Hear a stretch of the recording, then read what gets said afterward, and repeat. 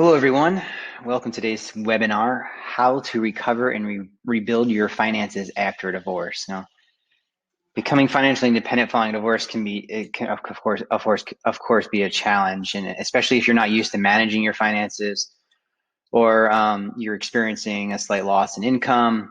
This webinar is designed to help you not be discouraged and help you come out the other side even stronger and even more confident. We're going to work on some tips and some steps that you can work on to bring yourself through this process and really just work yourself into some new practices and work through some of these challenges. Before I get started, I do have a quick disclaimer, of course. Get the lawyer stuff out of the way. This webinar is for educational purposes only and does not constitute legal, tax, or financial advice. At the end of the webinar, I will be sharing with you a link where we're offering a free consultation to anyone joining us today. And in that meeting, I can indeed share financial advice.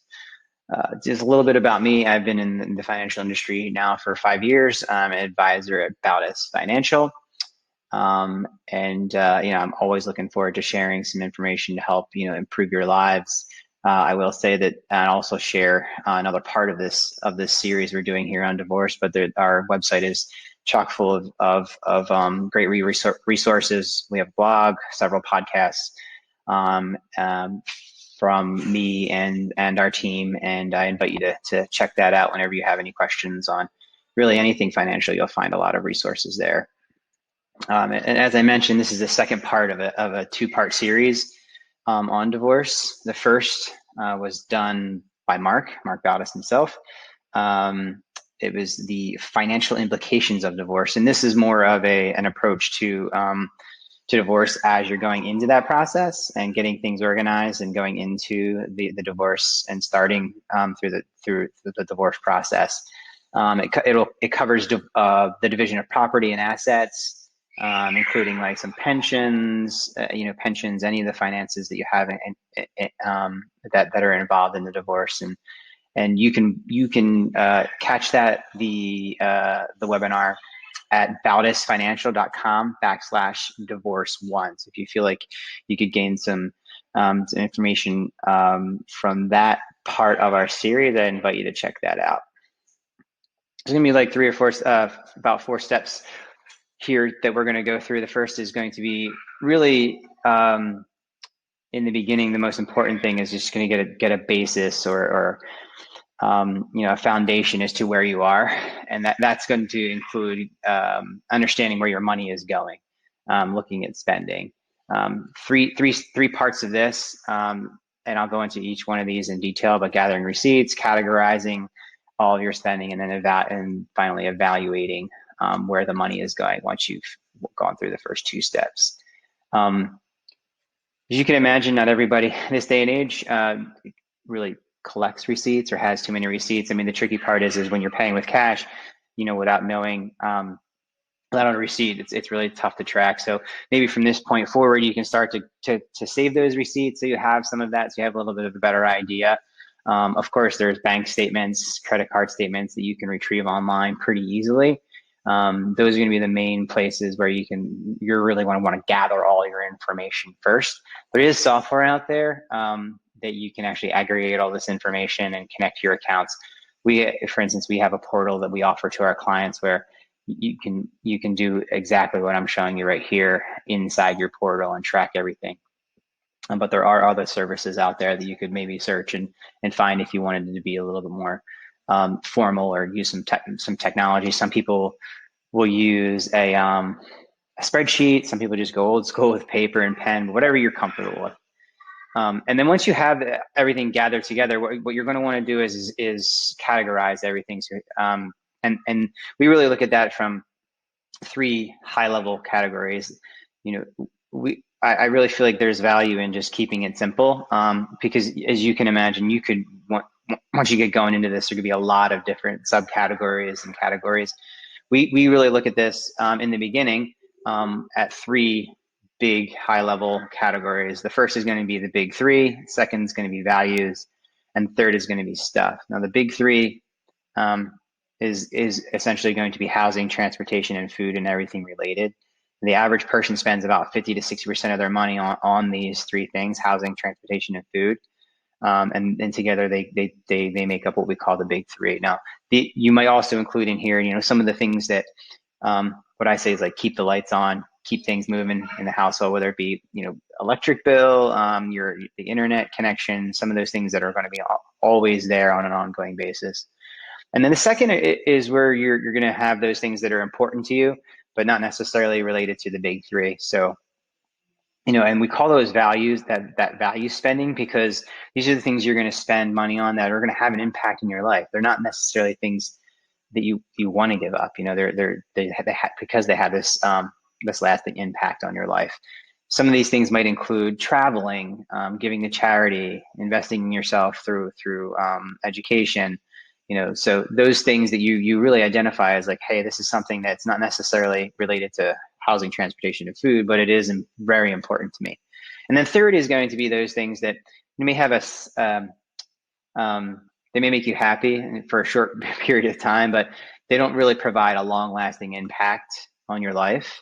These can be big purchases, like buying a bigger flat screen TV, or small, like going to Starbucks and buying a coffee. So once you get moving on that and get those all your spending in those three categories, you'll have an idea as to where these three things. And as you can imagine, a lot of what people look at first when they're looking at maybe cutting back or understanding where some of these things, where they can tighten things up, is going to be in that stuff category. And once you have, now that you have everything kind of categorized and you have everything in front of you, whether it be for like the last month, maybe you start right now and on an ongoing basis, you can now use those to kind of reevaluate and say, and just really kind of, not everybody's had an opportunity to look at their expenses from this perspective and kind of just see exactly where everything is going. We'll come back on this, later on in the presentation to give it a little bit more color. Step two is going to be determining your assets and liabilities. This is fairly simple. Like, you just basically want to take an inventory of everything you own. You're going to start with everything you own, make a list of everything that you owe, add values to everything that you own, and look at some of those, the marital and non-marital assets, and just really come up with a nice solid list. And some of these things might include some of your assets, as you can imagine: cash, stocks, real estate, jewelry, life insurance, really anything of like maybe of value, cars, and just any bank accounts, retirement accounts. And then liabilities are going to include mortgages, credit cards, car loans, personal loans, judgments, any other debts. And at the end of the day, it's a good way to track your progress, because your net worth, what you're really creating here is a personal financial statement of your net worth, or your balance sheet, and your net worth is going to be your assets minus your liabilities. So by taking this inventory on an ongoing basis, you can see, the hope is obviously, and if you we'll talk a little bit about goals in a minute, but moving the needle and increasing your net worth as a key performance indicator. Next, we're going to look at what's important to you. Now that things have changed in your life, and there's a lot of things that are probably still intact that are important to you, but I think it's important to take inventory of what those things really are, and take a step back and just sit down with a pen and pad and just be like, and really, really evaluate what is important to you. These things could include retiring early, contributing to your child's education, maybe wanting to purchase a new home, creating a passive income stream, looking at creating some wealth to pass it on to the next generation. So as you're going through this step, and if you want some inspiration with financial goals, we do have not that any or all of these are going to be relevant to you, but sometimes it's nice to see like some of those ideas that are out there. And you can find that list at bautisfinancial.com/goals checklist. And you'll see a comprehensive list that we've created there. And then now that we have our goals and then we have where our money is going, we can now circle back on that, like where is the money going, and see, okay, is my money going in the direction of where my goals are? Just make sure that your spending is in line with where your goals are, and really just kind of take a look at those categories, and then say, okay, are all these things, the percentage of the money that I'm spending, are they really in line with what is important to me? And does it make sense for you to make some changes and funnel some of that money that maybe is going in the wrong direction towards some of those things that are going to be important to you. And these things should be pretty obvious. Like, again, if you're spending way too much money on Starbucks and you're not saving on education, and that's an important thing to you, maybe you take that $200 in savings and put it towards the education part of it. So just kind of bringing those two things together and reevaluating what you're seeing there. And this is like one of the things after you have that is having performance indicators, or just having indicators as to how you're doing once you decide to make some of these changes. So let's say, for instance, you want to spend a little bit less on takeout, and you want to take that savings and funnel it towards one of your goals. Let's say it's education, or let's say it's building your retirement. I think that it's important to have goals, and whether it could be something as simple as you just set that goal for yourself, like, hey, this is what I want to do, and just revisit it and make sure that you're tracking towards those goals. There is technology out there that you can actually put together where you can kind of actually connect your everyday spending and your everyday finances to some of these goals and see how you're tracking. So I do think it's really important for you to figure out one way or the other as to how you're going to track those. And then step 5, we want to look at protecting yourself from the unknown. As you can imagine, now that and when it comes to divorce, sometimes there are conversations around these two things to make sure that they're in place. But you want to look at if you do have loved ones who are relying on your income, that you protect that income. So God forbid if something happened to you, whether it's a premature death or an injury or a sickness, that you're going to be able to provide for your loved ones. As you can imagine, life insurance is going to provide a death benefit, and you want to make sure that that death benefit is adequate for what you would want to be if something like a premature death did happen, as well as a disability insurance. Let's say you got hurt and you couldn't work anymore, or you got really, really sick and couldn't work anymore, and there's no income coming in. The disability insurance kicks in and provides income for you and your loved ones in the event that you can't continue to work. So important thing to just make sure that once now you have this plan and these goals, you want to make sure that, like, when something that's outside of your control is taken care of. And then health insurance is another one. As you can imagine, there's a lot that goes into this and a lot of different directions you can go. Typically, let's say, for instance, if you're on your ex's insurance and now you want to and you're separating from that plan, you sometimes will qualify what is called COBRA, will then allow you to continue to stay on that plan but pay for it. It's usually around 18 months that you have to check into how long you would have access to that. If you don't qualify for a program like COBRA, you might be eligible for Medicaid or a state program. Medicaid is a federal and state program, along with the Children's Health Insurance Program. It helps people get insurance that don't qualify for COBRA. And there are going to be different, you just have to check with your state, because there are going to be different requirements for qualifying that would allow you to qualify for these programs. But if you don't qualify for COBRA, Medicaid, or any state programs, and maybe your current employer doesn't offer a program that would really cut it, or maybe you're self-employed, you can get an individual health care plan through the marketplace at healthcare.gov. And you can do this at any time. There's typically an enrollment time at the end of the year, but you can do this at any time if there's a qualifying event like getting divorced.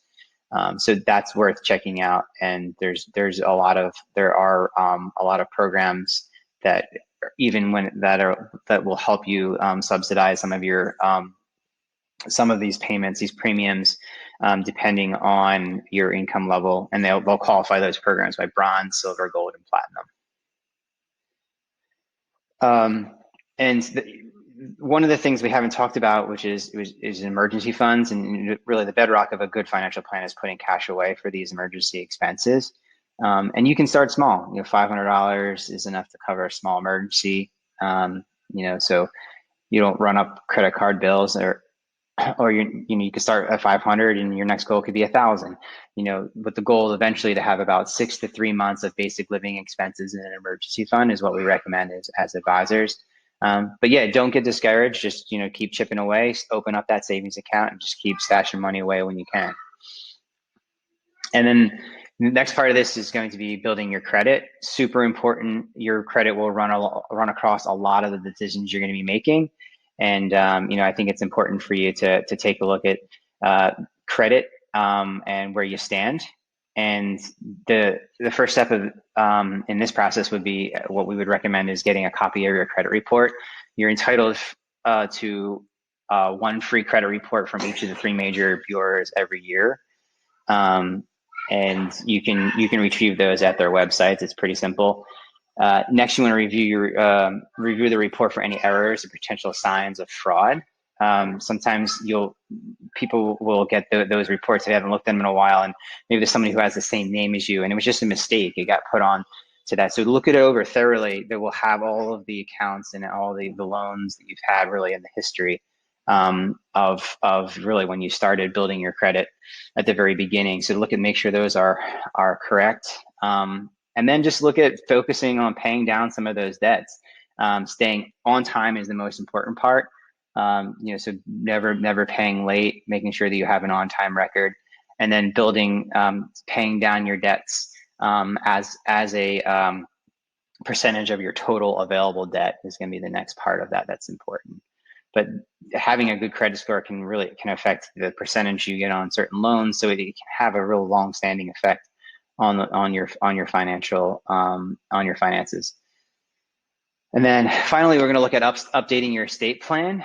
There's going to be six important parts of a strong estate plan, and the reasons why this estate plan is important is that most people think like, oh, I have to be wealthy or old, or it's not. You really don't have to be wealthy, old, or married, or a parent even to need an estate plan. And the reason being is like it acts as a safety net to preserve the value of your assets if something was to happen. It lays out who makes financial decisions and healthcare decisions for you when you can't make them yourself. It also helps to ensure that a person's desired legacy is carried out. So you have to make some of these important decisions, and some of the 6 parts of that is of course the will, which is going to be control the transfer of your assets to your heirs. The trust is going to give a little control if you desire. It's a little bit more detailed, not always part of every estate plan, but if you want control of how those assets are spent and control in a timing manner, in a timely way that you would want to distribute those. I guess for instance, if you pass on assets to an heir and they're only 18, you could say, let's say for instance, hey, I don't want them to be able to spend this chunk of money until they're 30, or it just gives you a little bit more control as to how they're spent. Power of attorney gives another person the ability to access important documents, sign on your behalf if you weren't able to. Beneficiary designations is going to be another one that's really important because it's going to be connected to it's going to at the asset level. So let's say for instance, if you have a retirement account and you want to transfer that retirement account directly to a specific heir, it allows you to do that even above and beyond the power of the will. We'll go into that in a second. Advanced healthcare directive is going to allow somebody to make decisions on your behalf when if you're not able to, and then guardianship designations is going to be who those loved ones and who's going to be take care of them if God forbid something was to happen to you. And beneficiaries are going to be incredibly important to look at, because if you don't do those in a timely fashion, and God forbid something was happen to you, some of those, let's say for instance, if your ex is still a beneficiary, there's really not a whole lot you can do. They're going to get those assets. So one of the things we do is, once the divorce decree is finalized, make sure you revisit life insurance policies, 401k plans, pensions, bank accounts, savings accounts, and make sure that those assets are going to actually transfer to the appropriate beneficiary. If you have any questions, please get them over to us. You can email me directly at john@bautisfinancial.com. Or if you want to discuss anything specific about your specific situation, you want to see how we might be able to help you in this at this time, you can schedule a call at bautisfinancial.com/call. This will just simply be an introduction, say hello, answer any questions you have. Not everybody has worked with an advisor, so we really use this time to make sure that you understand what it would look like to work with an advisor, and things to expect. So thanks a lot for joining me today, and hopefully we'll see you again soon.